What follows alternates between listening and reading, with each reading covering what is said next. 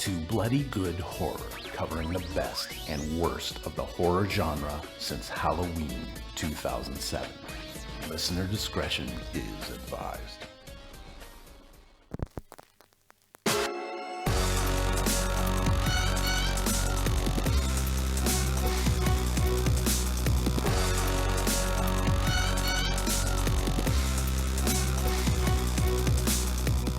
Hello, everybody, and welcome to another exciting episode of Bloody Good Horror. My name's Eric, and I'll be your host for this evening, where we will be reviewing a dark song. I have so many questions about the intricacies of these, demonic rituals or what have you, and I'm sure Cece has the answers to all of them. We'll get to that in a little bit here. First up, joining me tonight, coming to you from Chicago, Illinois. He took a break from drinking beer to join us tonight. His name is Joe.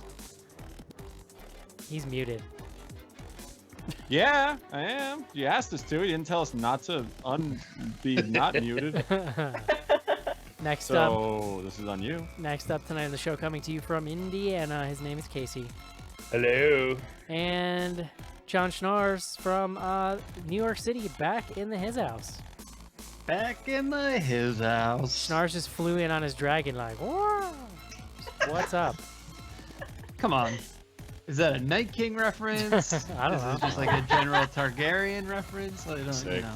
Are you guys in just one of your parents' basements recording together? Or? Listen, Joe, literally everyone on Earth except you likes Game of Thrones, so get the fuck out of here with that bullshit. Usually I'm right about things, so... And last up here tonight on the show, I'd like the record to reflect that I gave her extra time to finish her meal while she was chewing over there. Joining us, filling in for Mark in his absence, Cece Riots. Hello. Hi, Cece. How are you? What you having for dinner tonight? We are having sauteed chicken and some zucchini and squash. Nice. Ooh. Yes. Ooh. Chicken's good. I had some chicken too. So, Yeah. thank you for giving me the extra time because I literally just finished cooking it. I knew.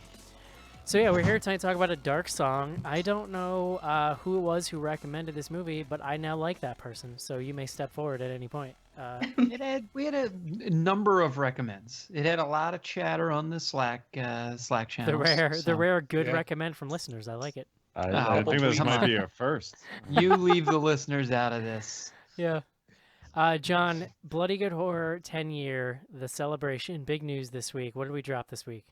Oh, we dropped the hottest of hot event posters. Yeah. So this has been been in production for a little while. It was the mastermind behind it is a friend and designer, Jeff Harkins. So you can find Jeff on Instagram. We I don't know, @grammed him. What's that called, Joe? When we do that, when we do things like that? Insta tweets. Yeah, we did that. We'll tweet him some love as well. But yeah, so it's a really cool poster, kind of like a mix between a movie poster and I don't know, like a concert poster, but really cool use of some of the imagery from Reanimator, some awesome colors. And yeah, we're just like playing around with it, seeing Jeff's actually working on a t-shirt design. Something we're going to turn into a sort of special edition t-shirt for folks who make it out to Milwaukee. And, If I do say so myself, it is pretty dope. it's cool. Yeah. It's really nice looking. We're very excited. So, You know, it was tough because it's not like other designs we've done in the past where we came to him and we were like, look, we're doing this event. It's got a bunch of parts to it. You're going to need to put a bunch of information on this thing. And he worked with a couple other designers, Wow. you know, some comic book folk, and things like that. But yeah, so they really collaborated and pulled together something that's pretty awesome. I would go as far as to say that this is probably my favorite bit of artwork we've produced so far. I mean, I think it's the first time we've ever had like a poster for an event, so that's pretty cool. Yeah, that's cool too. It's maybe the first time we've had an event also. Yeah. We've had cyber events, Joe. You know, where Joe, I think of the show as an event every week, so I don't know what you're talking about. we've had online events. Yeah, online events. We have done posters. But yeah, that event, as we've been discussing, October 21st, the spooky season, as it were. We're going back to spooky school in Milwaukee, Wisconsin, October 21st.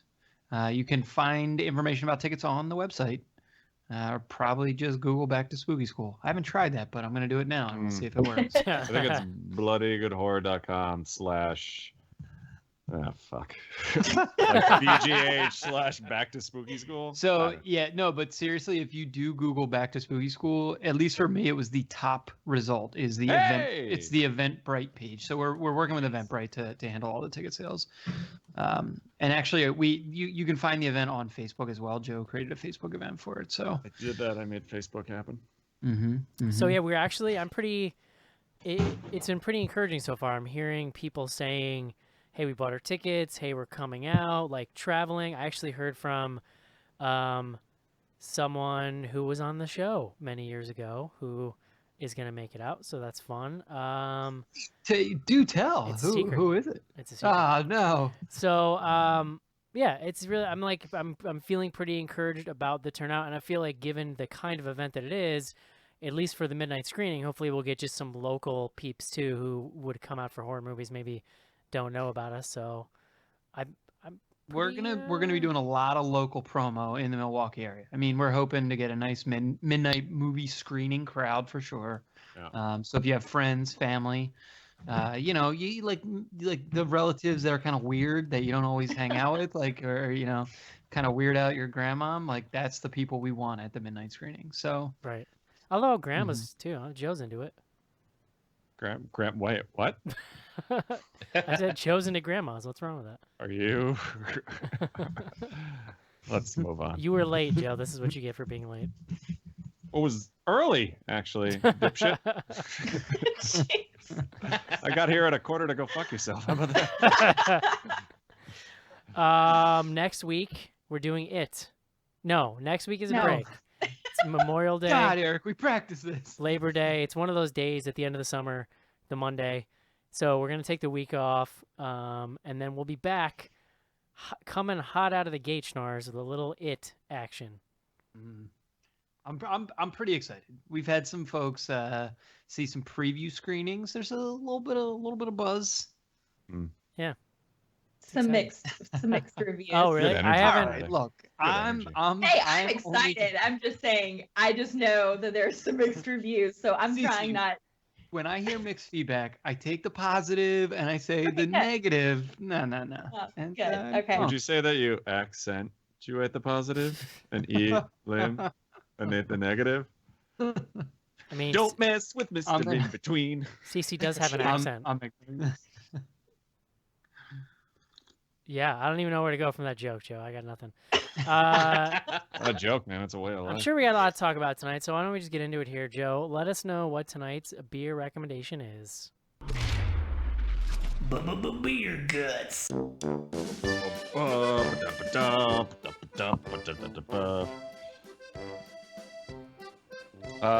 So beer guts. Fun story about tonight's beer. I had to scramble at the top of the show because it dawned on me that the beer I originally picked no longer exists for say like 5 or 6 years. But I think we got a good one here, and it goes fittingly with this movie and this beautiful new intro music that I have.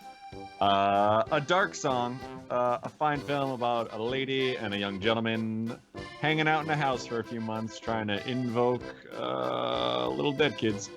And one of the sort of this ongoing theme is this dog barking, and then, eventually kind of you hear it in the house and all this fun. So in honor of that fine schnauzer, I picked a beer from the good folks in Fredericks, Maryland. That's Flying Dog Brewing. And this is their Dogtoberfest, or Marzen, as they'll call it. Wow. Yeah, it's about a dog. So this is a seasonal beer, obviously. They put out for Oktoberfest, which is just sort of kicking off. You'll start to see these beers out on the shelves. Oktoberfest starts in September and, runs for a magical few weeks. This one, pretty traditional. It's interesting. Flying Dog actually imports all the ingredients for this from Germany. I guess, they feel like that makes it a little more traditional, which, hey, why not? I like a gimmick. The flavors you get with this sort of traditional for the style, a lot of caramel. It's on the sweeter side, but has like kind of a little bit of a nice crispness to it. I really love this beer as it gets sort of into like the colder months, and at night when it's getting a little chilly. I love Oktoberfest beers. I love this time of year, like when all the spooky beers start coming out. So this one's definitely on the list of what I usually check out. FlyingDogBrewery.com is their website. Comes in at about 5.6% alcohol, so around like the same lines as sort of your standard beers. So you can drink these till the cows come home, and still ride your horse and carriage out to the fjords and pick up your barrels or whatever the hell you do. With your Why litters. are there fjords? Joe, pop quiz. What's a fjord? It's like a field, right? Sure. Whatever. Is there a gully involved? Is there some sort of water mass? Gully. There's definitely water mass. Water mass, yes. You know what I've been thinking about lately, Joe? Is what? making mulled wine. Ooh. Because it's like I just finished the second Hate Game it. of Thrones book, and they literally talk about it like every 5 pages. They're like intricately describing like the smell, and I'm just like, I don't even know that I want to drink it. I kind of just want to Ugh. make it. I want my house to smell like Christmas. Like sweet mold. No, Nice. mulled wine. Mulled wine, like legit, is one of the most disgusting things on the earth, and I hate the smell. Really? Yeah, I can't get No, it behind smells like I'm sorry. it smells like cinnamon and delicious things. What are you talking Yeah, about? I was I mean, like- I love cinnamon, but it's got that weird heavy wet smell, and I can't. Mm-mm. It's and like clove, and like it smells like Yeah. goth girls' feet. Or, like, Okay, I didn't say all I that. If they smell delicious, then I believe you. I don't know. I have no basis of reference on that. So well, John, you should get out more. maybe. Yeah, so that's all I got, kids. Wow, I was really. I Eric, was I'm not. with you on I was this. not Just- expecting the resistance to that. That was just very strange. to me. Yeah, I don't know. I don't care for it. I don't like the flavors. And Interesting. All right, Schnars, you Now and me. I'm just stuck on trying to remember the last time I smelled a goth girl's feet. The year was 1987. Oh, the year I was born. Oh, get the fuck out. Yeah, I think I'm a Joe. You can get the fuck out. See ya. All right, guys, it is time. Let us talk about a dark song. This is it, Jennifer. Your big breaking TV. From the prime time, bitch. Main feature. 1987. hey, it was a good year. It was a good year. Was it? What happened that I year? mean, I'm 30. You'll act like I mean, I'm not 21. I don't know what else happened. I have the same birthday. No, I mean the same day, but not year as several nice individuals. But yeah, I don't know about the year. I Sorry. mean, just like random people that you've heard. No, I mean of, like or celebrities. Oh, I thought you Cool were. I story. thought you were about to tell us. Shut And I thought Like you. I started drinking, that's sad. I should have stopped. I'm sorry. I thought you were about to tell us, and then you were like, "Oh wait, maybe I shouldn't dox people on the show." Just Yeah. people. Just people you might know. Yeah. John Schnars, I didn't even say this. Maybe I did, but maybe not in the way that I really felt it in my heart. Welcome back to the show, John. Thank you, Eric. We are so It's, excited. It doesn't feel the it's same really a without pleasure. you. John, Fair. did somebody steal your V's and trade them for an O? Yeah, who? Oh, are you man. some kind of pod person? This is how I know. John Schnars doesn't wear crew necks. I love a crew neck. It just depends on what the shirt over top, the shape of the neck there. He's getting older, guys. Yeah, He's growing up. more modest in his old age. I think the V to the crew is just giving up on life. It's funny if because that's what it is. I wear crew necks, John. it's funny because I've always worn crew necks, and lately I've been thinking about going with a V. I don't know. Ugh, I don't care for it. 25 years ago, when I moved to New York City, they told me you're gonna move there and you're gonna start wearing V-necks. And ever since then, Only as like a work undershirt though, and I'm not like walking around in a V-neck like some kind of monster. prostitute, or something. Yeah, I'm not man candy. Some sort of run-of-the-mill street urchin. All right, John. Yes, Eric. In addition to being a champion of V-necks, you are also a champion of words. This is true. And Has anyone been championing words and their No. meanings in my absence? No. No. no, Oh, there, no. there has literally never been a more important time in the history of this republic than right now that somebody convinced me that words still have meaning, John. So here's your chance. Here's your chance. Please bring us the word of the day.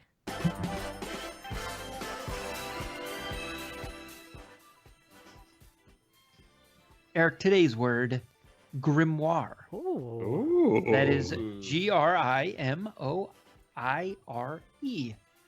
It actually has a very simple meaning or definition: a book of magic spells and invocations.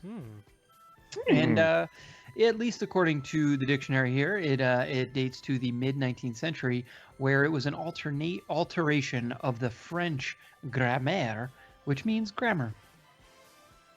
Nice. Wee. Mm-hmm. That's all you got? That's it? Listen, I just read everything on the page for you there, Jeff. All right, John. Why don't you tell me who made this movie? What's it about? Give me the feels for this movie. So the film is a dark song. It is an Irish independent film directed and written by a gentleman named Liam Gavin. I am suspecting, though maybe someone can correct me, that this is his first feature. At least he does not have his own Wikipedia page, so I can find no other movies on Wikipedia attributed to him. I will do IMDb research in 1 second. It essentially has two characters. I think there's one other actor. There's a couple other people in costumes later in the film, but essentially you have Catherine. Catherine Walker, rather, is the actress. The character's name is Sophia. She is a sort of like, mid 30s, early 40s British woman, and she is grieving the death of her son. And it's not immediately revealed, but pretty early on, it's revealed that he was murdered. And that he was actually, we'll come back to it. But she gets in contact with this guy whose name is Joseph. And it's like never really explained, and it's not super material how she gets in touch with him. He's essentially, I don't know. I'm going to let Cece tell me what he is, but he's some sort Let's call him a dark priest. I mean, you can just call him an occultist. A Yeah. warlock? I was gonna. So occultist is like the term that they use on the Wikipedia page. Like I was gonna say, like, He's a dark priest is warlock probably like on too nights official. on nights Well, I and was gonna weekends say, I when mean, he's when he there's several names. I mean, he could be a witch, he could be a warlock if you wanted to call him that. But because we're dealing with more of the the occult, I would just stick with the occultist. So my question is, what's his title at Blockbuster? Assistant manager. Heyo. In any event, The guy that you probably can talk to Game of Thrones about for hours on end. Yeah, okay, that's fair. I was gonna mention. So we have actually covered two previous films. So the woman who plays Sophia, at least again from what I can tell, has very little film credits to her name. She's been in some British and Irish television. The gentleman who plays Joseph is a guy named Steve Oram, who actually was in two films we've covered. One, I think one was on Sophistical, but a film called Kill List. And then the other film was Sightseers. No, we did Kill List on the main show. I thought he looked familiar. Okay, I couldn't remember if we did Because Kill List on the main show. I was the one but- person that didn't like it. Yeah, I mean, you were incorrect in your opinion, and that's okay. But yeah, and then he plays like the main character in Sightseers. So he's been in a bunch of other stuff, mainly in some smaller roles, but those are probably the two roles that people, listeners of the show, might know him from. In any event, you basically have these two folks. She gets in contact with this occultist, Joseph, and basically convinces him to perform this pretty specific ritual. According to some nerd banter between Casey and Cece earlier, before in the pre-show, it's the Abramelin, something along those lines. Yeah, it's from that ritual. Okay, so that what Cece said. Duh.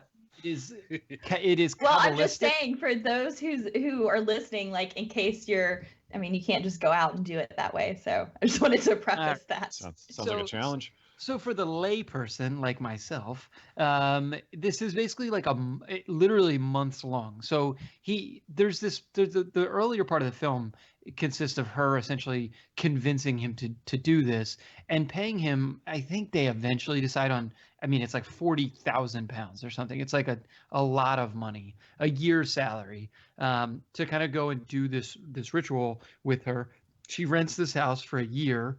They go there. He creates this salt barrier around the entire house, and it's essentially at that point they are locked in, and he is performing this ritual, or they're performing it together, and essentially trying to get in contact, or what she has told him is she wants to get in contact with her murdered son.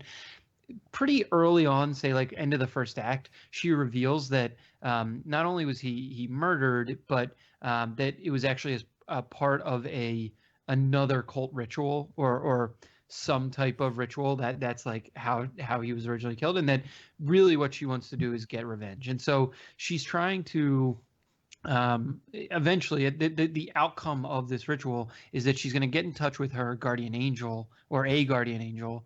Again, I'll let Cece get into some of the details for me, and then she will receive one favor from that angel, and she's essentially said to Joseph that she's going to ask for revenge. That kind of like it.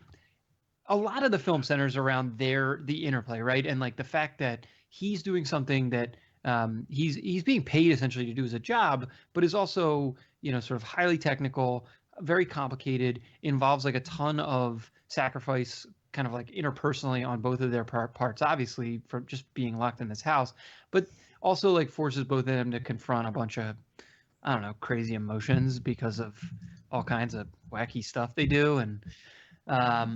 And so a lot of the film centers around the interplay between these two characters.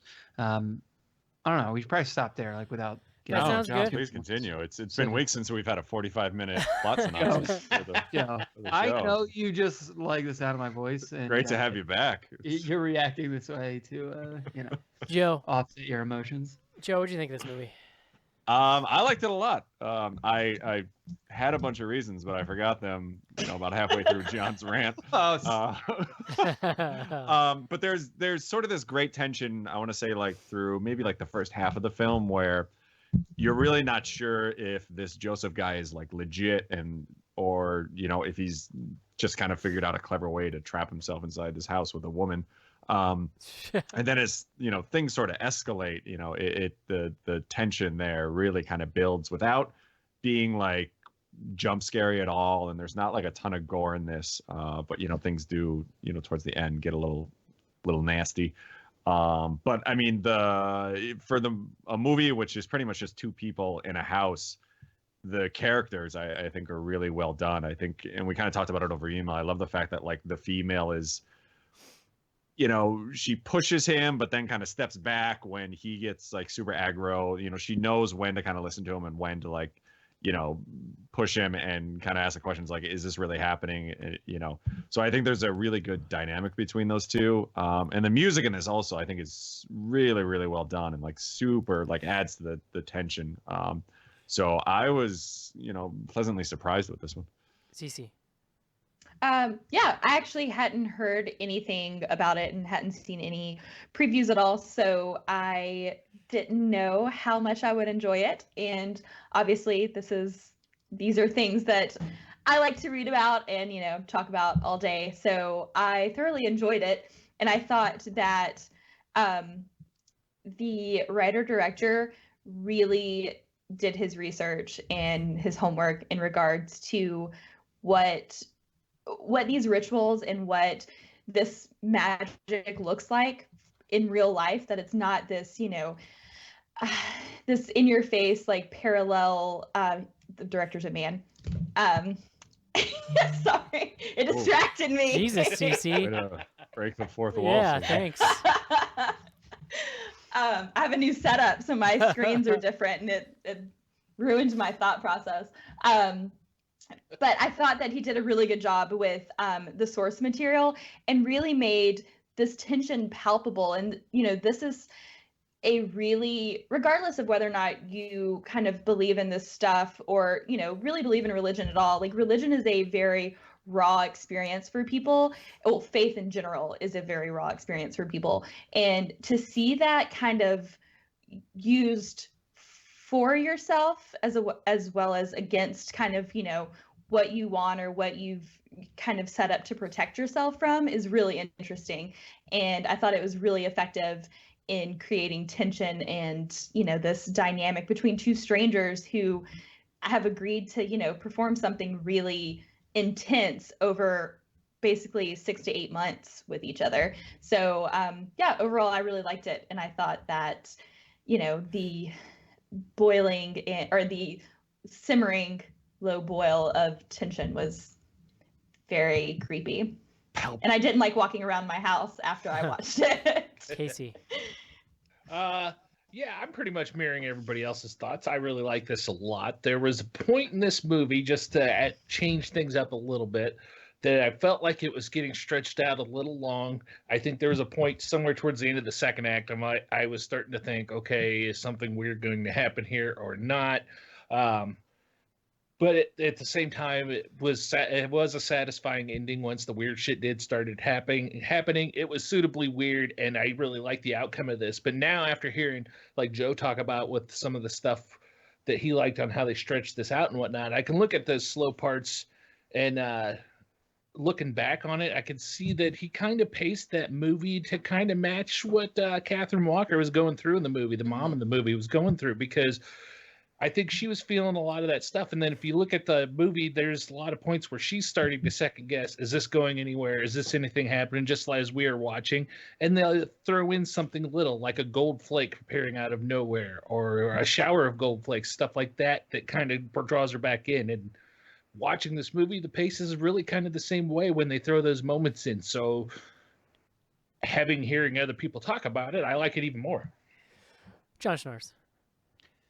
Yeah, I really, really like this movie. It was, I mean, I agree with everything everyone said. I kind of probably align with Joe in that, like, for me, a lot of this comes down to the interplay between the characters. I mean, there's so much tension. It's Joe sort of hit on it. Like in the beginning, it's not immediately clear that this dude is not just kind of a quack and like taking her money, and that the threat is ultimately like he's going to be like a danger to this woman. It's funny because I never really thought that, because he just seemed so genuine from the like he seems batshit crazy, but he didn't seem shady to me in the beginning. Well, I guess and I could see there that, is, but I mean, to your point, I mean, and that is fair. Like there's an element of like he spends a lot of time like basically telling her like not to do it and like refusing to do it and so on and so forth. It's like there's enough pushback, I guess, that you're right. It like maybe underplays it, but there's still like, well, what was interesting is as soon as they're in the house, his personality shift, he like really moves into kind of like like I don't know, very domineering, right? I hesitate to use it, but like there's like a master slave kind of vibe. Like he's like literally I'm in charge now, and like you will do everything that I say. Yeah, and one of my not thoughts, question like me, there's basically. some like kind of weird like BDSM stuff going on here. I feel Yeah. like I definitely got a master slave vibe from the way he was treating her. Yeah, and so I mean a lot of that. I said it. I think when I was going my long-winded description, Joe. I'm sorry, but No, continue on. No, the interplay between them is really well done. I mean, both of these actors are just really strong, and I mean, we haven't been that explicit about it, but there's literally, this is like a 100-minute long movie. It's about an hour and 40 minutes, and 95% of the screen time is just the two of them. So that's like pretty unique or rare to see a film like that, and they pull it off really well. Oh Especially, my God, both the two actors are like electric. Like you can't Oh really yeah, understand. for sure. yeah, and especially like there's some movies like I think of like a movie like Hush, which is just really two people kind of playing a cat and mouse. There's a ton of talking here. Like Yeah. it's a lot of dialogue. I mean, there's a lot of I like that there was a lot of stuff. Like to Cece's point, they hit on all this occult and sort of like mysticism or whatever. It's honest and like they handle it well. But it also, like, for someone like me who doesn't like, they could have been making all of it up. It felt it wouldn't have mattered one way or the other, I guess. Yeah, they were very invested in it, and I think that that's something that people tend to, like you said, like people tend to pick up on, like, this is super cheesy, like this is ridiculous, like people wouldn't do this, but it was so genuine, It's so and the convincing, performances were so involved. Yeah. It was, I mean, the interesting thing to me is, like, I don't think we've ever seen a movie, at least I know I haven't, like, we've seen a lot of movies where there's sort of these, witchcraft and all that stuff going on. I've never seen one where it's like spread out over like months at a time. Like, I was actually kind of curious, Easy, like, is that something that actually happens? Like, are there... Yeah, I mean, like the actual ritual that they're trying to perform, or one of the rituals. So I can never pronounce it right, so I apologize. But the Abrilium is very time intensive, and there's several debates about it, because when it was translated from a really poor source. So it can last from anywhere from 6 to 8 to 12 to, like, I mean, there's no telling.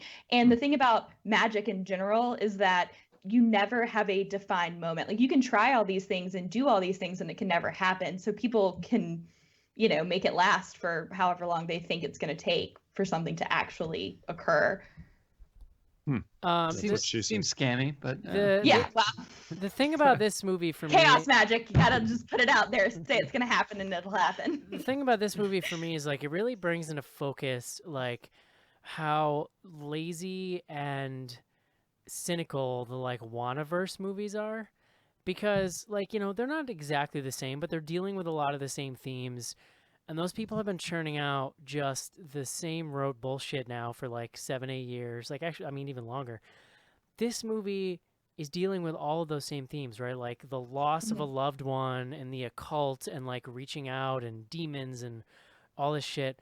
And sometimes when we review movies like this in the past, I complain like, I don't really find this religious stuff scary.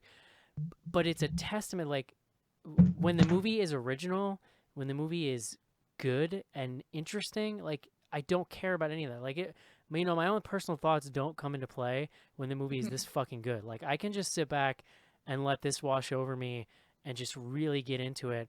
And it's such a testament to me to, like, the just all of it, the writing, the directing. These two actors, in particular the female lead, like, really blew me away.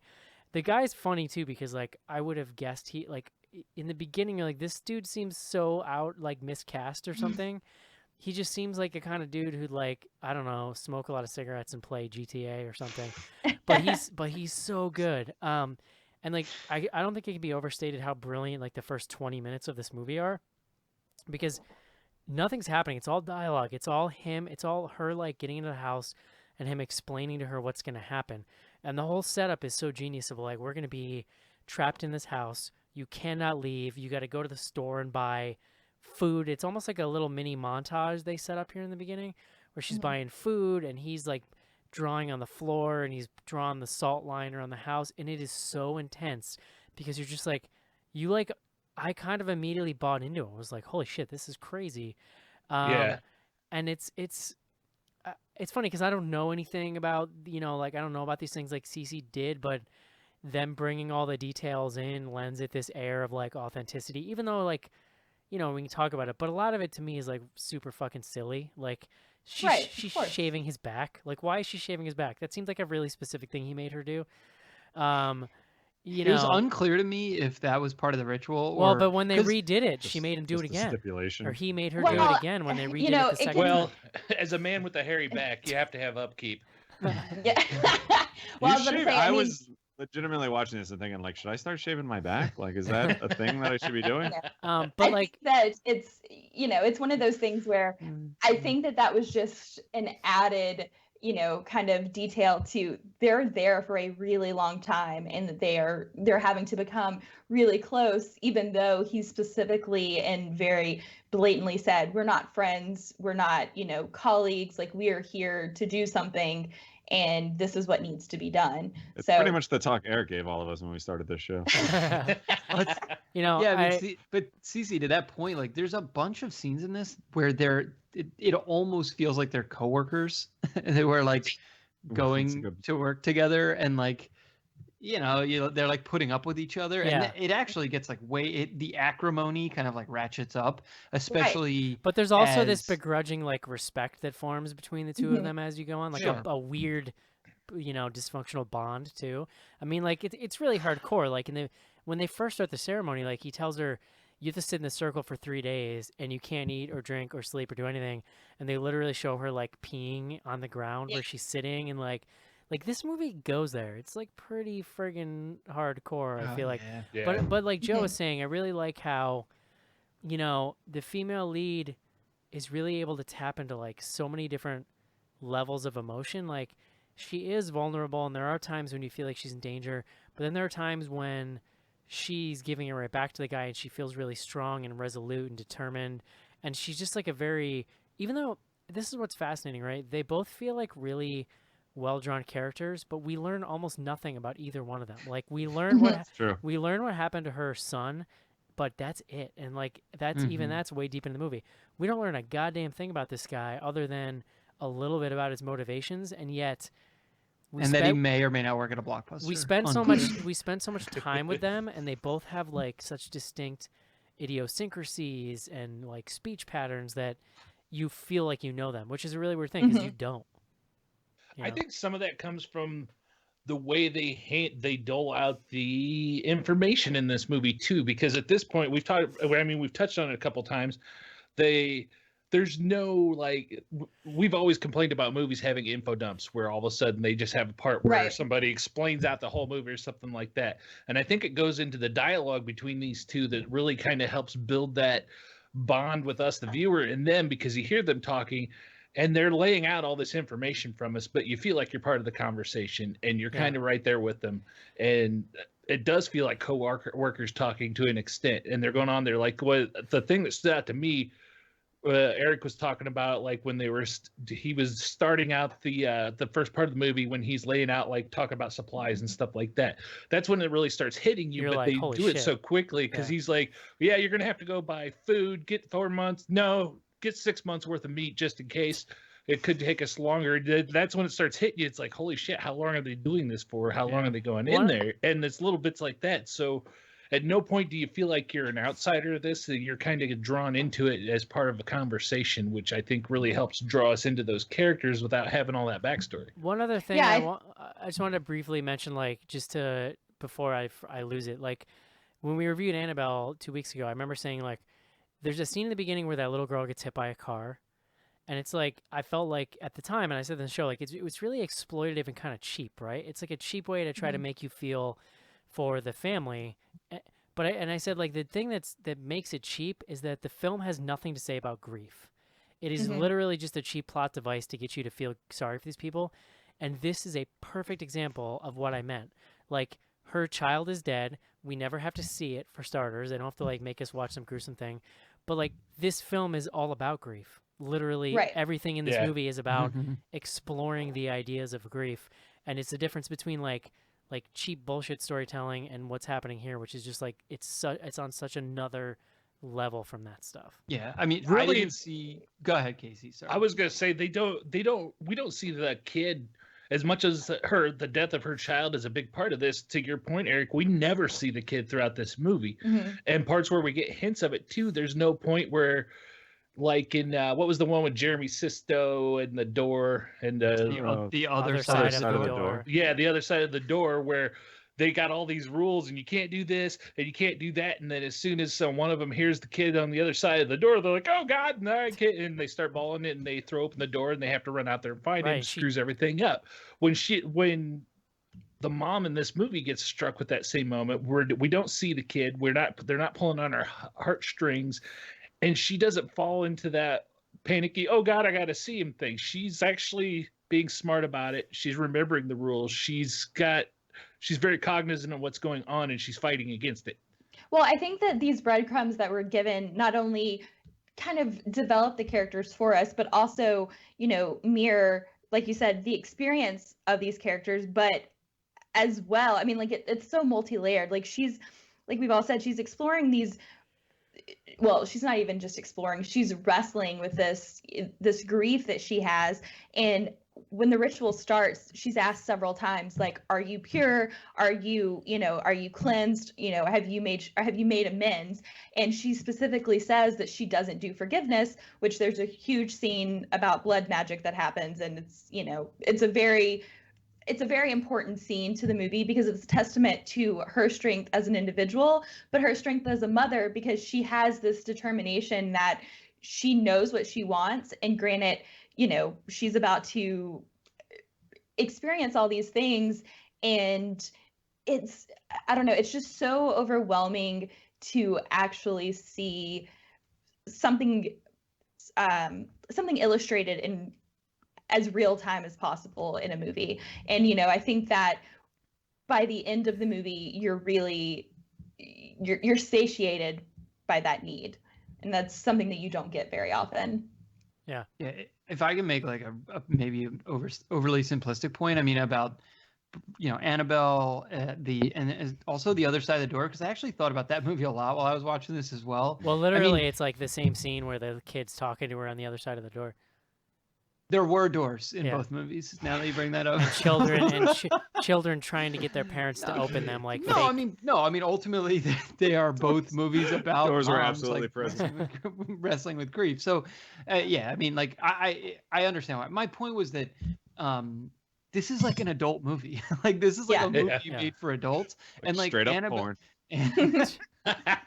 Annabelle Creation is like, I didn't see it. I'm like kind of interested to watch it actually, but that is a movie not really made for adults, No, and like honestly, for me, it was just like kind of in the middle. For me, it was just like such a, like I couldn't get off of that point when we reviewed that, and it's like to see this and go, oh, this is exactly what I'm talking about. Like, this is how the death of a child can inform a larger, mature narrative, as opposed to just being like, hey, feel sorry for these people. It's literally their only character development, and it's funny because it's her only character development, but it's used as a device to explore the grief and not just as a narrative crutch to make you feel for her. It's interesting, and I don't know if anyone else had this same. Like, at no point did I really feel bad for her. Like, they didn't do a ton to kind of pull on your heartstrings. Like, you definitely hear the kid from the other side, and you're, oh, that's sad. But like, they didn't try and go over the top and make you feel like, all mushy inside that this, awful tragedy is happening. I guess Schnars, it's just.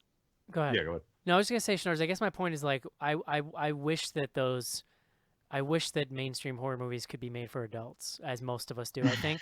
And this just like seeing this brought it into such a stark contrast. Like there isn't a single jump scare in this entire film, and it's like to me legitimately scary. Like, no. I mean, listen, totally agree. And like to respond to that, and then I mean, even to like Joe's point, right? Like they don't. It's not that I think it is easier to make a movie that just like tugs it, that like has you emotionally identify with her. They like, easily could have like shown these flashbacks of like her playing with the kid, and like they could have easily done it. And I think that will get a heightened emotional response. But what you lose, and what I think Eric is responding to, is the fact that like what you lose is like a kind of like a deeper engagement with the movie, right? Like because you're just like emotionally clouded by the fact that like I am being emotionally manipulated by a child dying or something. The other point I was going to make about it being an adult movie and like us liking it more is like, and we've talked about this over the course of the now 10 years we've been doing the show, like every one of us, CC accepted for the time being, has had a child, and like we all are like parents, and like coming at these movies from like essentially like a very different place than if you showed this movie to like a 17-year-old horror fan, like they probably might appreciate it and like might like intellectually be stimulated by it, but like I don't know, like I do wonder if this has like if like a 19-year-old version of myself sees this, or a 25-year-old version of myself sees this and it has the same response. Sure. Yeah, I think because that's like to Joe's point too.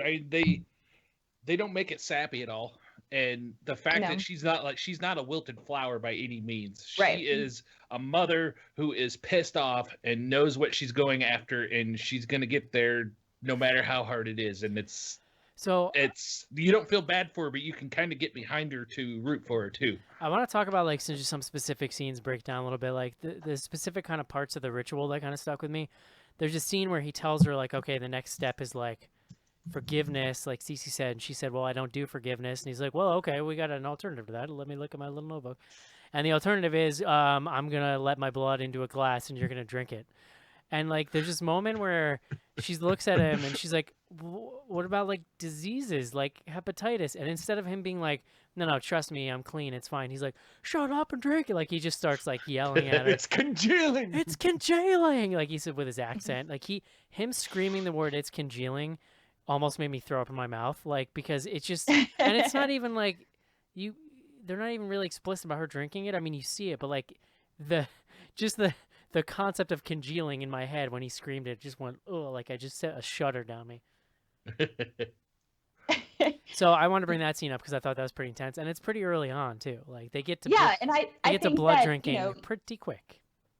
Even even not really having any background in occultism or magic in general, I think that blood is a very visceral, like it causes a very visceral reaction to people. I mean, if you're hurt, you bleed, like Because it's gross. it's gross. I'm just People, kidding. I mean, it's life. That's what blood represents. And blood magic is not necessarily taboo, but it's a very controversial magic to practice in general. And I think that scene there shows you how determined she is in her way. Because she ultimately does it. Right. She ultimately does it because she's not there for forgiveness. She's not there to, feel better. She's there because she has one purpose, and that's if this is what it costs her, then that's what she's going to do. And on top of that, blood magic is the most potent magic. So I think that it's it's just kind of a, it drives home the point that like, this shit's for real now. Like, you're not backing out. Like, he's asked her several times, and she's like, no. And this is the one moment, like, okay, well, you're gonna drink my blood now. And the movie sets that up several times where she kind of hits a wall and then has to push through it, and they're sort of like set up as trials almost for her like will to go on with this thing. And that's kind of what, I mean, that's the whole point of this anyway. I mean, the whole point of, this ritualistic, just occultism in general. It's pushing past this, this humanness that you have and into this metaphysical, being. I mean, if I were a cynical man and people do this in real life, I might guess that the point is to push someone past the point where they just start hallucinating and think they see angels flying around. I mean, to an extent, to boil it down to the most extreme, then yeah, sure. I mean, that's what shamans do. You drink, these potions, you smoke these things, like, but that's because people see hallucinations, or people who are believers of this feel they like think they're seeing a different plane of existence or something. Right. Those are that's the real, like, this, what we're in is not that these things are. So that's what you have to push past to actually see your guardian angel, to see these other planes and these other beings. Sure. Well, yeah. I mean, my own personal views aside, I bought into it for the movie for sure. Like, and it's just, so here's like another brilliant thing, right? So he draws the salt thing, and at one point he tells her like, we cannot leave. Like, if we leave, there's something really bad is going to happen. Everything's going to get fucked up. And he stops her from leaving at one point.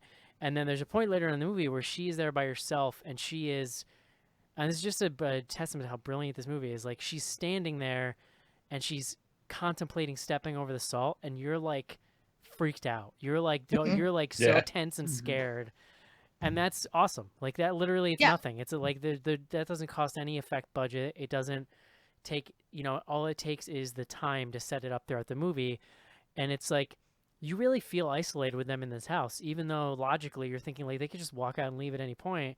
You really feel like they can't, and that it makes things so just claustrophobic and bizarre. Well, but also like they're so willing, they're so into it and willing. Like, you're kind of also in a morbid way curious about the journey, and you want the next step to come just like she does. Like, you You're like Yeah. you're with it. You're in it with them. You're like, I need to see this come to fruition. Like, what's next? What do we? Right. Yeah, we're very much on her journey.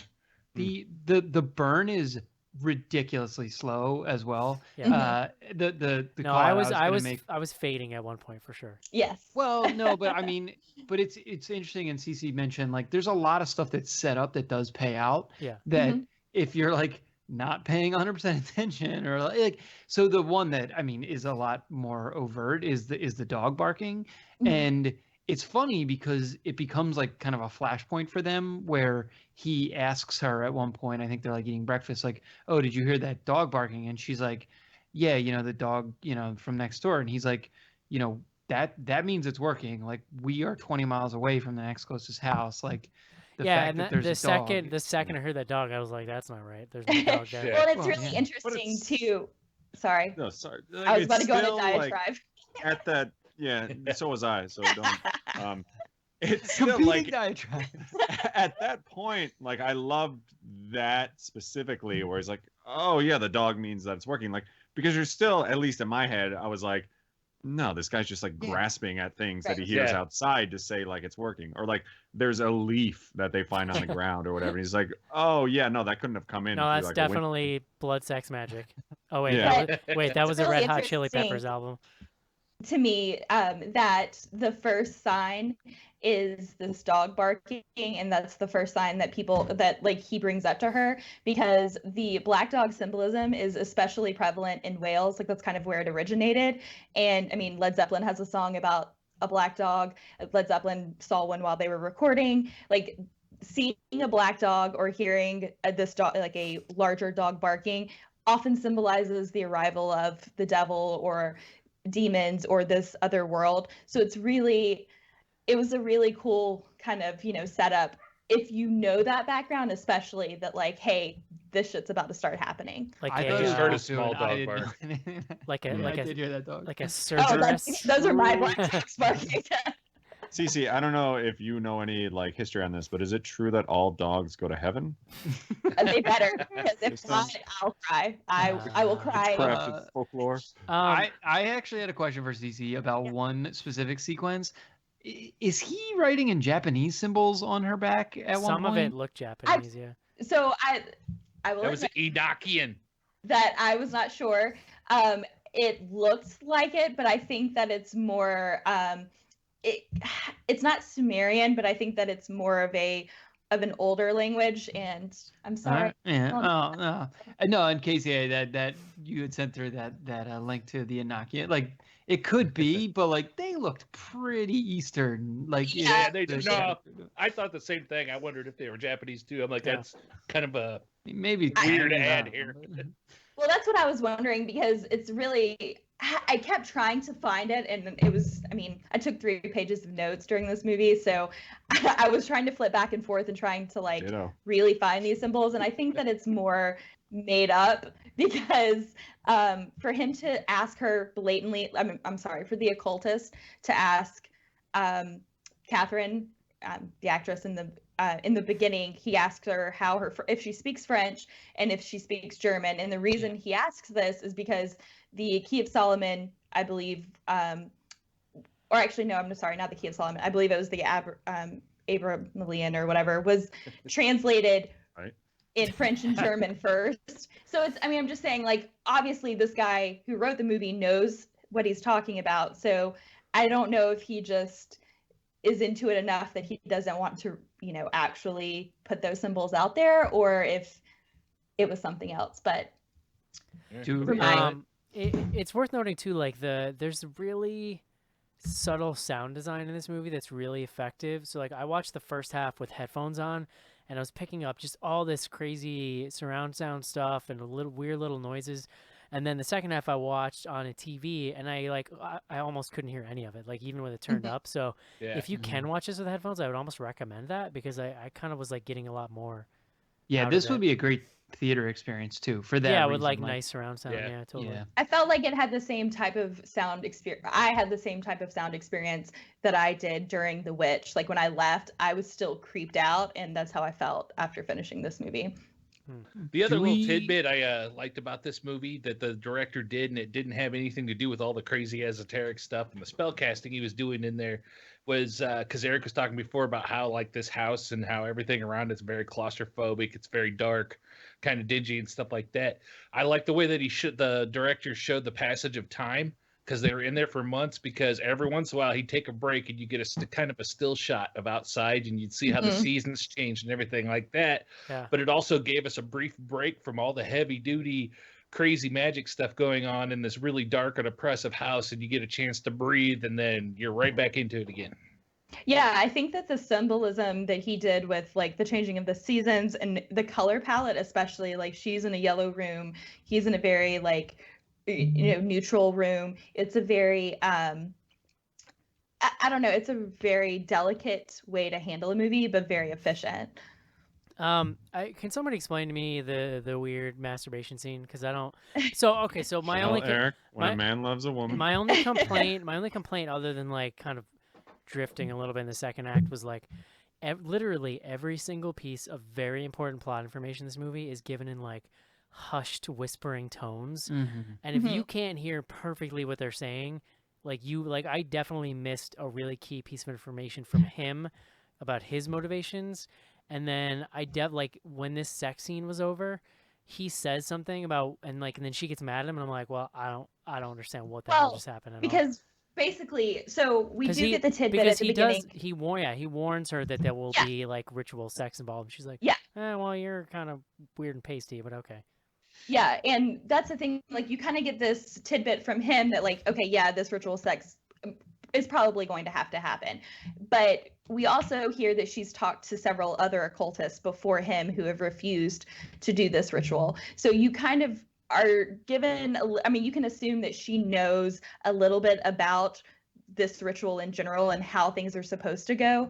But when they get to this point, you only see her. I mean, he does kind of go through DTs a little bit, but you don't really see him doing too much purification. It's all on her. And there's this moment where, so in the Key of Solomon, which is in this other kind of sacred text for occultists, Aleister Crowley is also very closely associated with this, and you can go down a whole rabbit hole with that. But anyway, Aleister Crowley is super into sex magic, and sex and blood magic are very potent magic because those are very bodily and raw types of magic.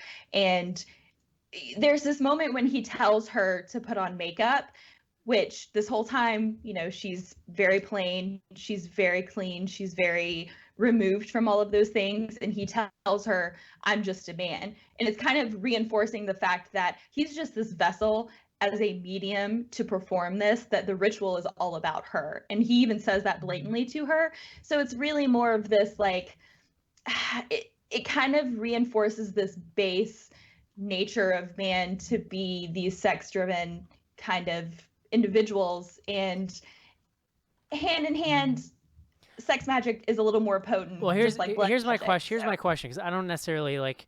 I bought into all the other bullshit in this movie without having an explanation. Like, I don't need to know why the ritual. I just want to know, like, why didn't they have, like, what happened in that scene? I don't understand why they didn't have sex. Because, so you don't have to have sex for it to be sex magic. I mean, it seems to me like what's the point?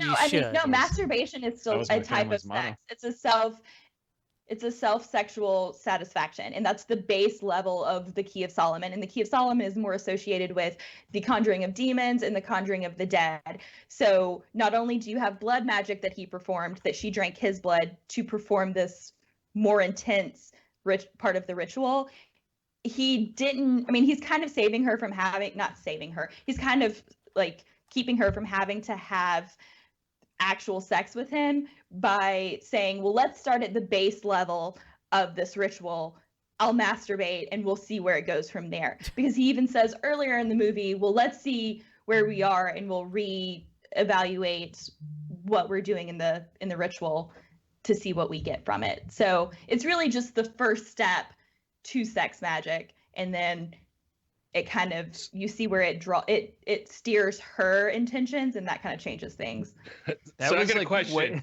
That was way more explanation than I was I'm expecting. sorry, you asked. Can you tell me? So I got can a you question. can you though, tell me about what? what made that moment? This is important, Eric. Sorry, there was a point scene right after that, after they had that fight. Did he not tell her? Of course, there's no sex magic. You have to be pure.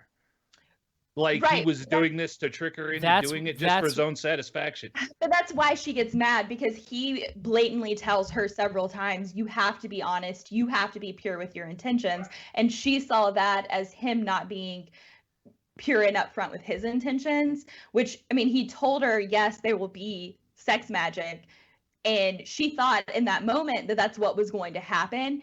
And when he he changed the rules on her, so that pissed her off, right, rightfully so, and that changed the dynamic of the whole situation. But that's why afterwards there's a consequence, and it's a conversation that says, well, they thought I was trying to harm you, they thought this was going to happen, and now this is the route that we're on. I still think I that took that scene way was. different. I still think that scene was like unnecessarily confusing, if not for the least why he didn't take his pants off when he masturbated, which just seems like unnecessarily messy. Well, they're still getting to know each other. I guess.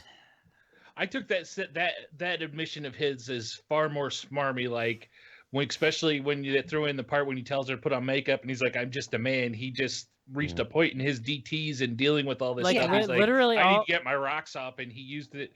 He Yeah. planted that Well, seed in her but head that's- before just to get her to do that because he knew at some point he'd be able to get her naked. Literally, all I read it as is like he wanted to crank one out, and so he did Yeah. that. He Well, was, I like, think that- next level horny and just needed some. I think that you're supposed to feel that way about him because, yeah, he's a character who's not immediately trustworthy. He's not a character who is outwardly, is from his appearance outwardly, he doesn't look like a medium. He doesn't look like a cultist. He looks like a weird dude that you don't really want to be caught in a house with. And he even says something about how hard it is to not masturbate during this purity period that she had to put herself through. So it kind of highlights, like, these people are humans trying to do something that is inhuman, and these are things they're battling with. So yeah, I mean, it is swarmy because he shouldn't have done it that way, but his thinking is, well, if I do a sex ritual, that's not as bad as actually having sex with you. It's just a weird scene. Left me a little confused. I didn't really Yeah. understand the larger significance with what was happening. Yeah. I guess. I just thought it was kind of funny and moved on, but We've Schnars, all tried that trick. Schnars is like, I just masturbated in my pants and moved on. I don't- do we want to talk about the ending? Like, I don't want to. I don't want to but- spoil it, but I will say that it gave me exactly what I wanted, which is like I wanted them to go all out and try to give me just like a really beautiful, sublime, some imagery at the end. Yeah. Because like sometimes when movies cop out like that, but I felt like this movie was such a slow burn. It needed some kind of payoff like that. So I was like Yeah. super happy with the ending. So, I mean, all right, I'm going to try to address at least one criticism here without spoiling.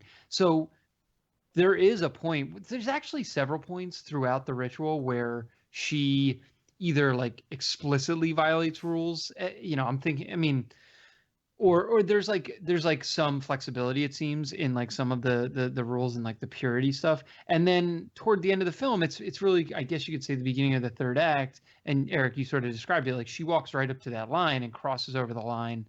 And it doesn't, what I guess I was confused about is like ultimately the movie gets her to like a not disastrous place. Like it's set out that, like, I don't know. Basically, that at at some point she had a change of heart about her intentions. Basically, Yeah. Well, and I think Yeah. that's what it's That supposed to show, like, more of the process of her intention, because a ritual, I mean, Like, a ritual in other words, are guidelines. They're not rules. I think that, and I'm not even. real. Here's the Susie? thing: I'm not even sure that. I'm saying magic is real. I'm just saying you can't put it to our human Okay. standards. Like, Alright. I'm not even sure that she didn't change her intentions in the moment of getting the Right. reveal, because like it's so Mhm. beautiful and she seems so moved by it Right. that I almost felt like that's what made her realize she really wanted something else. And that's what Yeah. I felt like too. Like that's how I interpreted it, because there's such a pause. Like that pause is so heavy that I really think that that's more of the turning point. But you see her sacrifice other things to get to that point, and that's her sacrificing those things are the consequences for her not following the rules per se. Yeah, I really like that scene a lot. The one sequence that I loved, and I promise I'll stop at this, is right before that, right before she essentially like leaves, when she goes to his journals and Mhm. starts like the desperation in that moment was So did he do Yeah. that? And we don't have to like talk about it explicitly, but like, did he do that? I assumed that he did. Yeah, I thought. I mean, I I'm thought sure he knew what was open. happening to him, and he wanted to destroy his path or something. I think I took it as that she was on a different path, because there's several conversations that happen with her son, and you start realizing things that her son, quote unquote, is telling her. And I took that as, you're on this path and we're going to keep you on this path. And the only way for you to get off that is self-sacrifice. Yeah, because I think that dude had like pretty much lost control of the Yeah. ritual at that point, and it Yeah, was no he- longer him directing things. Right. He's just pretty much, he's gone at that point. Interesting. Lots But of. I think it's nice for it to be open to interpretation. Yeah, I mean, especially with the themes that they're working with, it's all pretty heavy and Mhm. stuff that everybody is gonna kind of read differently based on their own personal experiences. You know, Right. this movie good. Indeed.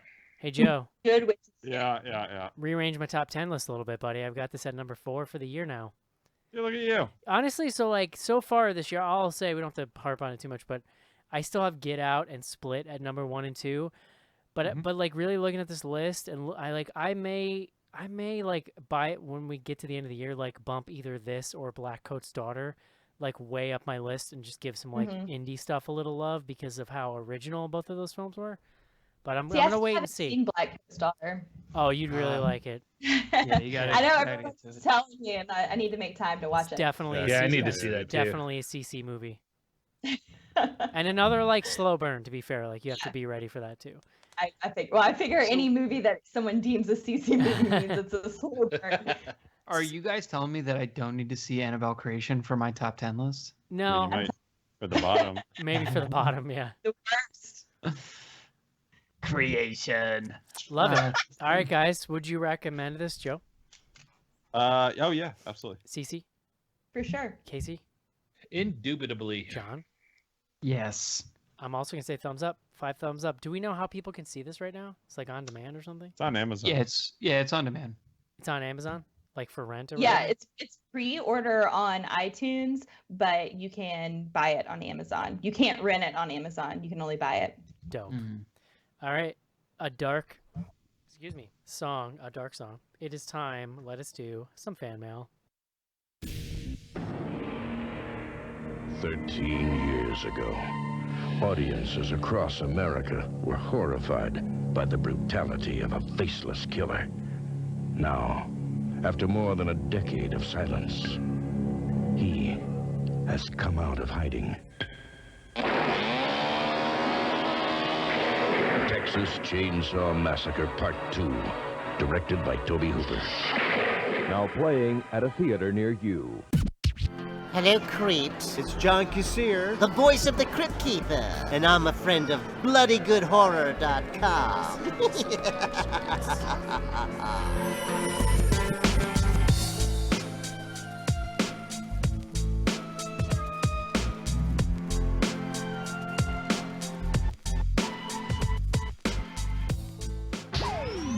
Send your emails to info@bloodygoodhorror.com or hit us up on Twitter at BGHorror with the hashtag AskBGH.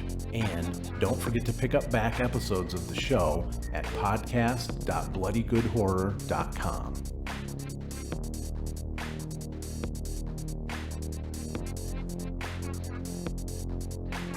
And we are back.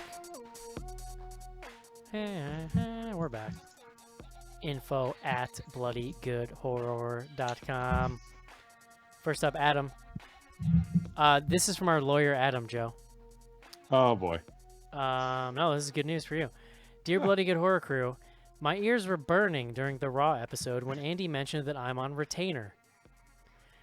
Joe is correct. Wisconsin Statute 125.07, parentheses 1, parentheses A1, states that no person may procure for, sell, dispense, or give away any alcohol beverages to any underage person not accompanied by his or her parent, guardian, or spouse who has attained the legal age. I thought spouse was a weird inclusion, but hey, Wisconsin is a weird place. Technically, since there is no minimum age for consumption with a parent present, you could have a drunk 5-year-old at your live show. That's right. Wow. Bartenders can still, however, refuse to serve that 5-year-old.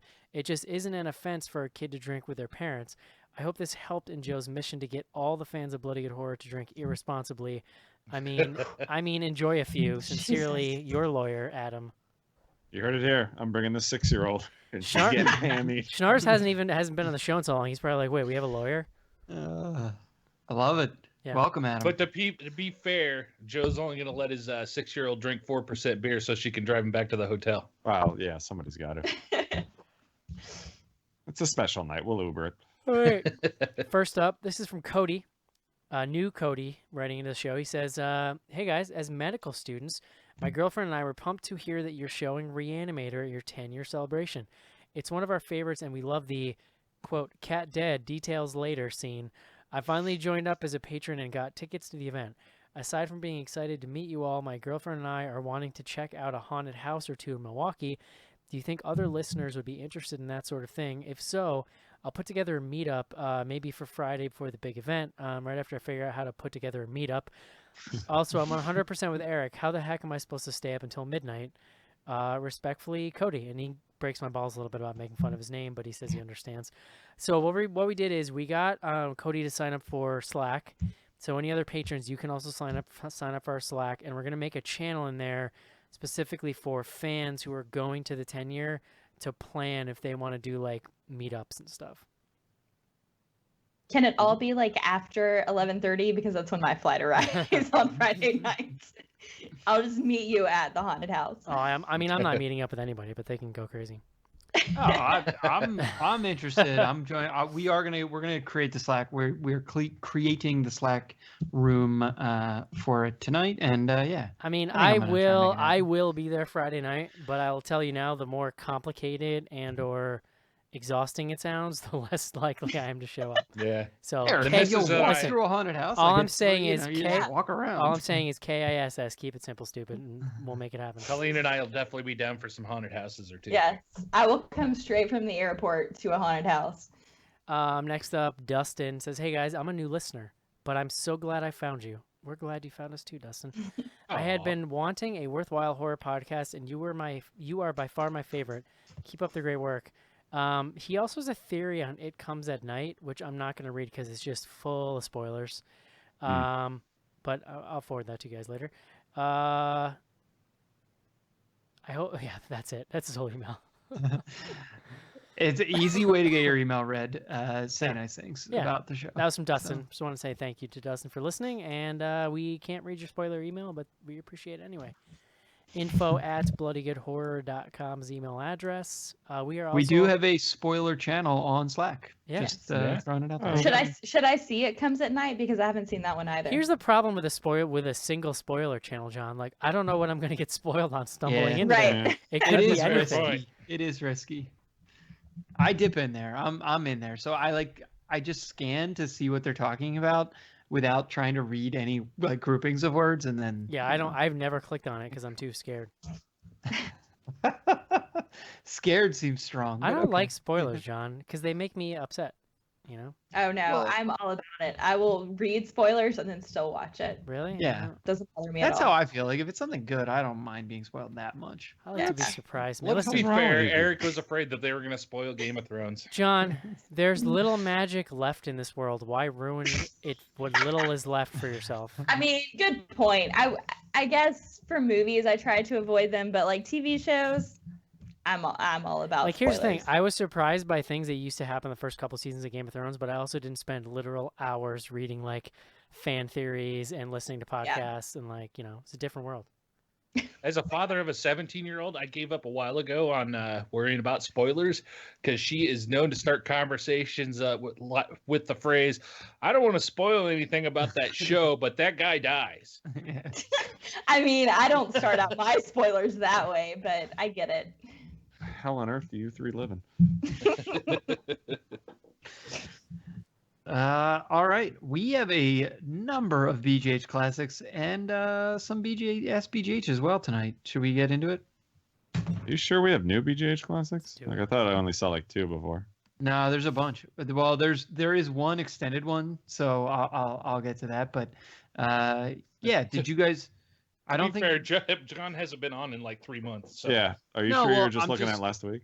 No, I'm sorting. Like you guys recorded the show, I'm assuming on like the 22nd, right? 22nd or 23rd. So anything after that is what I'm going with. But all right, just tell me if some of these are from less than 12 hours ago. So those are definite. But so the first one is from Clay Bennett. That's at Dirty Bennett. It just says Eric spends the whole show bitching about Rob Zombie's Halloween, episode 78, Ghostbusters. I'm Yeah. assuming that was a no one. Yeah, So, you know why? Yeah. Because it fucking sucks. Oh, there's some good ones here. Okay, so the next we had 2 from Skizbot, our old buddy Skylar Willett. The first one, I wish upon this podcast that we do not go see Wish Upon, and that's from the episode 435 pre-show from Eric. And guess what? My wish came true. It did. We're covering it at some point. Isn't We're- that we're weird gonna how that get to it. happens? Life is cool. we're not. Life is cool sometimes, you know. So the next one also from Skizbot. Everyone discussing how M. Night directing the Avatar movie could be really good for his career. Episode 31. Oh, okay. When I read this earlier today, I was thinking like Blue People Avatar, but now I realize we're talking about The Last Airbender, which turned Yeah. out not to be great for his career. Hey, I would argue that it was good for his career because we got The Visit. yeah. He realized that it sucked. It so was- He right. realized I'm off track here. It was Let's good. refocus." There It were was things in between though. good There were for his. things in Yeah, it was Yeah. good for his career. We just didn't realize that he needed to hit rock bottom before he could come back. between. Bottom out. As you usually do. All right, so this next one comes from Library of Congress. That's at Library of Congress, and it is a 3. He or she used 3 tweets to convey the whole thing. So I'm going to read it as one. Episode 239, Event Horizon. Eric says, "So I didn't recognize any of the women or men actually." Continued, I actually thought one of them was Ashley Judd at first and one of them was Van Nash. I can't even read these without laughing. And then the third part is Mark imitating Eric saying, oh, Christ. I thought one of them was Schnars and one of them was Pee Wee Herman. Oh, Christ. Sorry, I'm terrible at this, guys. I'm terrible. You It was are. really good. Do you want me Really to good. read it? I'm not sure I caught entirely the So third tweet there. basically, the punchline is Mark imitates Eric, not recognizing any of the actors, and says, "I thought one of them was Schnars and one of them was Pee Wee Herman." Oh God, that's really funny. You just have to, do the Mark imitating Eric voice in your It's- head, and it works. I must It have been really- off when I watched that because I'm usually really good at putting like actor faces to names. Yeah, I don't know, dude. It didn't work that time. So, and just so one more here from That Baseball Joe. This comes from our own Joe. He says, "Ridiculous black people." John, go on. That's from episode 218. So I don't know what the film. I don't know what was happening there, but I assume Oh. John was being racist. Presumably, one can only assume. It's usually a safe bet. So, yeah. So those are our Oh, BGH God. classics. That's hashtag BGH classics. All right. So we got a handful here. So the first one comes from Sick Stranger. That's at Sick Stranger 420. I don't know what the 420 stands for. I just recently watched Seed of Chucky, and now this is all I see. Who would win in a fight, Annabelle or Glenn/Glenda?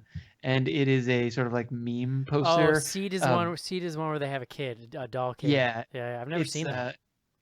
It's a picture, and Yeah. it's of Annabelle, and it says, I can't take this serious when all I see is Chucky's son in drag. And it's pretty good. It does look like the Seed of Chucky with the wig on. I say Glenda wins because I hate Annabelle and anything associated with Annabelle sucks, and also Annabelle can't move, as we established in the last episode. She can't do shit. Right, that too. A fair fight. I was gonna ask you guys because, like, I haven't seen the movie. Does the Annabelle doll walk at any point? No, Okay. she doesn't fucking do No. shit. It's terrible. Okay. Did we lost Casey? I think is that Yeah. the term? Yeah. Okay, sorry. So the next one comes from Paul somebody. That's at BDD Paul. Geez, who encouraged Cece to play off her stool bar hag bit? I need her to be intellectual around these parts. I wasn't sure what that was in reference to. There was extended discussion of different words for fellatio last week. Yes. So apparently, guys, that's if what I'm it's in not on the reference show, to. it apparently goes pretty sideways. Yeah. I do like that he spelled Cece's name like the pizza Like buffet Cece chain. said, yes. Yes. To be fair, Cece would have said the most filthy thing if Joe wasn't here. Right. I mean, I was trying to be very polite, and I didn't realize that. It was what more I the said was way. not polite. It was more the way that you shouted it so loudly that was like a little Sort of much. Tourette's-esque. I see. I'm sorry. Listen, you do you. It's all good. I'm just trying to illuminate this tweet a little bit. I see. I totally understand now. All right. The next one comes from Skizbot. He asks, does Eric still harbor an oddly strong hatred for Ben Stiller and Meet the Parents? Good question. Yes, because all of those Ben Stiller movies where he plays like a nice, like, downtrodden guy who has bad things happen to him and it's played up for comedy, they're all fucking like the worst movies ever made. Like Meet the Parents is just an unbelievably bad, stupid, terrible movie. No, I'm with you on this. No, I'm hold on. 100% with you. And every other movie just like that, like Along Came Polly and like all that other bullshit he made over that like 10-year period sucks. But you're painting with too broad a brush, and that is what is undermining your own. They're all argument. about the same thing. It's like, hey, I'm a nice guy, but I'm kind of like goofy and bad things happen to me. It's funny.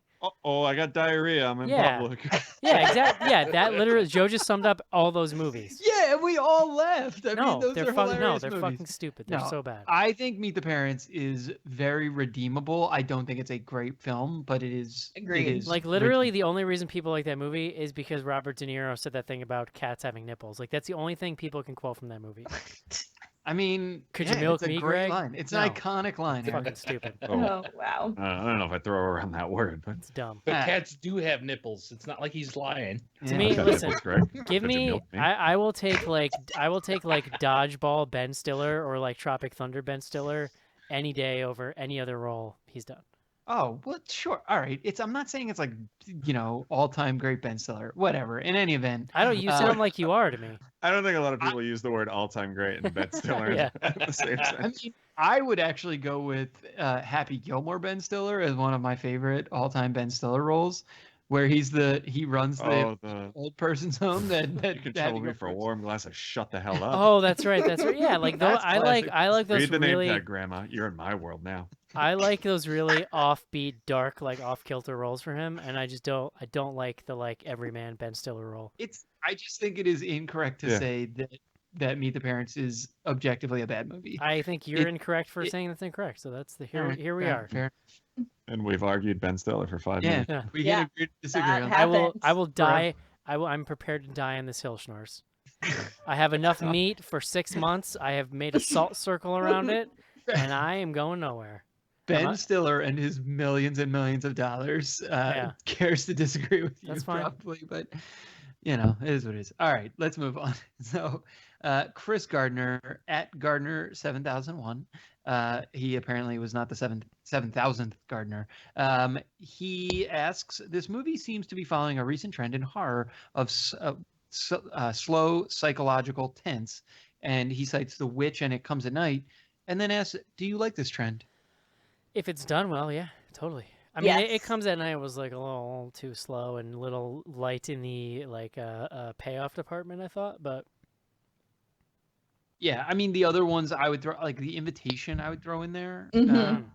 There's actually like he is right that there is like there's something to the fact that there's like I don't know if it's a trend yet, but like there's definitely been kind of a series of these films. I actually think it's like more broadly related, and we've talked about it I think on other episodes, but to the fact that there's so many streaming outlets now that like Mhm. movies like this just get made and get released in a way that they never were. because they're guaranteed you to know. have a place to go.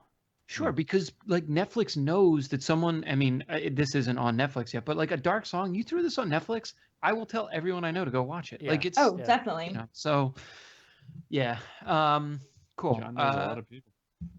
It's true. All four of the people on this podcast. At Skizbot asks, when will Shenanigans be making a reappearance on the podcast? I want to hear all them old man gripes. No thanks. I feel like that's really the first half hour of the show at this point. Yeah.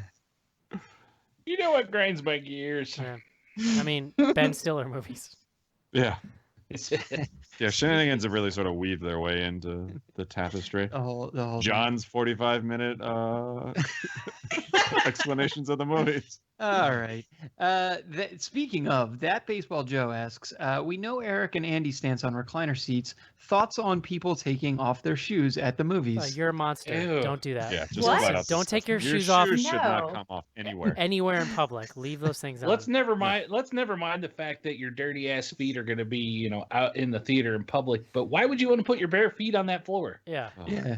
No, Feet are I'm disgusting. You should be Listen, ashamed so of them. the only thing that freaks me out, and I never thought about it with the cloth seats, but like I'm acutely aware with these leather recliners, right, that people are like kind of like, sweating in them a little bit, Oh, and like you know what disgusts me to no end is those fucking like massage chairs at the mall. Like that is disgusting. There's just So- some big fat giant man who was sweating that thing for half an so hour in these, before you well, said. yeah, and in these regal reclining chairs, like there's no way. The only part, like if you're wearing like pants and a like long sleeve shirt, like your skin isn't touching, except you can't. You got to put your head back, right?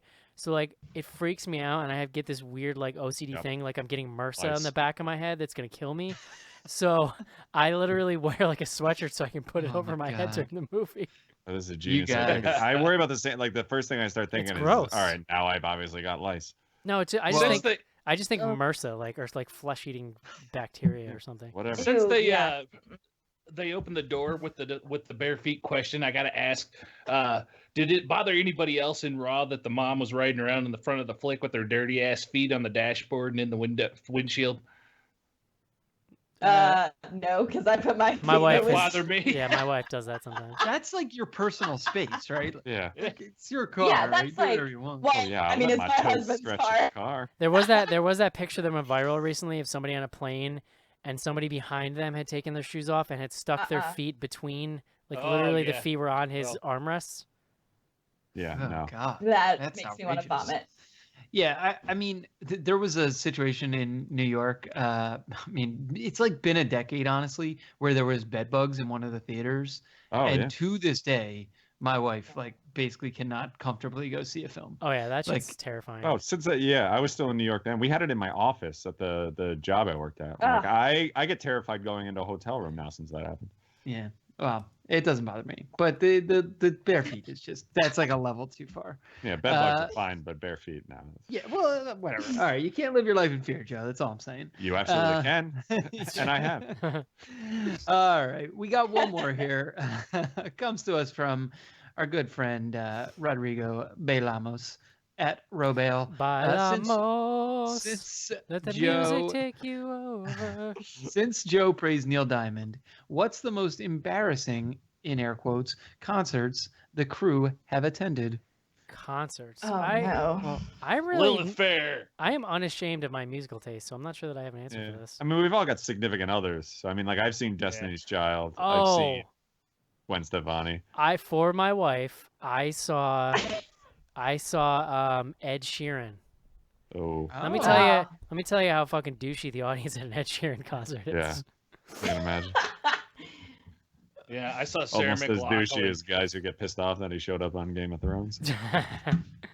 Well, whatever. I would say I'm in the camp of I don't know that there's anything embarrassing that I've seen. We Eh, saw Scissor Sisters. That's probably one that like some people would think is like ridiculous, but it was a great time. Probably a really fun show. Yeah. Ah, it was awesome. I mean, I've seen. I mean, I saw some really bad emo bands in high school that I'd prefer to forget. Yeah. I was I went trying and to saw think if I had seen Thursday Dashboard at an Confessional, Apple but I don't think I did. Well, I mean, at least it was Thursday. I saw Dashboard Confessional. I don't At think one I ever point. saw him live. I saw Fallout Boy with my 14-year-old daughter I'm- at the time. I would go see Dashboard Confessional now if they were playing around here. Oh no. Mm-mm. No, Yeah, you No. would. I don't know. My very first concert was Steve Miller Band. Nice. Oh wow, that's strong. That was Yeah. the Monkees and Weird Al Yankovic opened up. I think Wow, that'd be cool. Mine was Beck and Ben Folds 5, which is actually like which A is the most '90s concert you could go to, and B was pretty Yeah. sweet. yeah. I actually don't know what my first. I'd have to think about this for a little while. I think my first one was one of the farewell tours of the Eagles. Wow. Mine actually might have been. Yeah. Dave Are Becky's you a band, 60-year-old which could go in man, the like embarrassing chain camp, smoking too. man? Like, who are you? The Eagles are awesome, so I was Yeah. really excited to see Okay. them. I'll back CC up on that. Okay, It was thank pretty you. Great. No, it was I mean, I 100% have wrong. much better musical taste now, but I'm just Like, saying. I'm fine with them. I just You don't know. understand how that was the first concert you ever ended up at. That's all. Oh I no, understand I how was you can just- hate the Rolling Stones but still find the Eagles acceptable. No, well, the Yeah, Rolling what Stones is- fucking are terrible. So No, the Eagles are hot garbage, and you belong in hell if you enjoy them. I don't. Hold on. Are you saying the Rolling Stones, like as a band in history, are bad, or like they're bad currently? I would say that I don't ever want to listen to any of their music personally. Oh, come on now.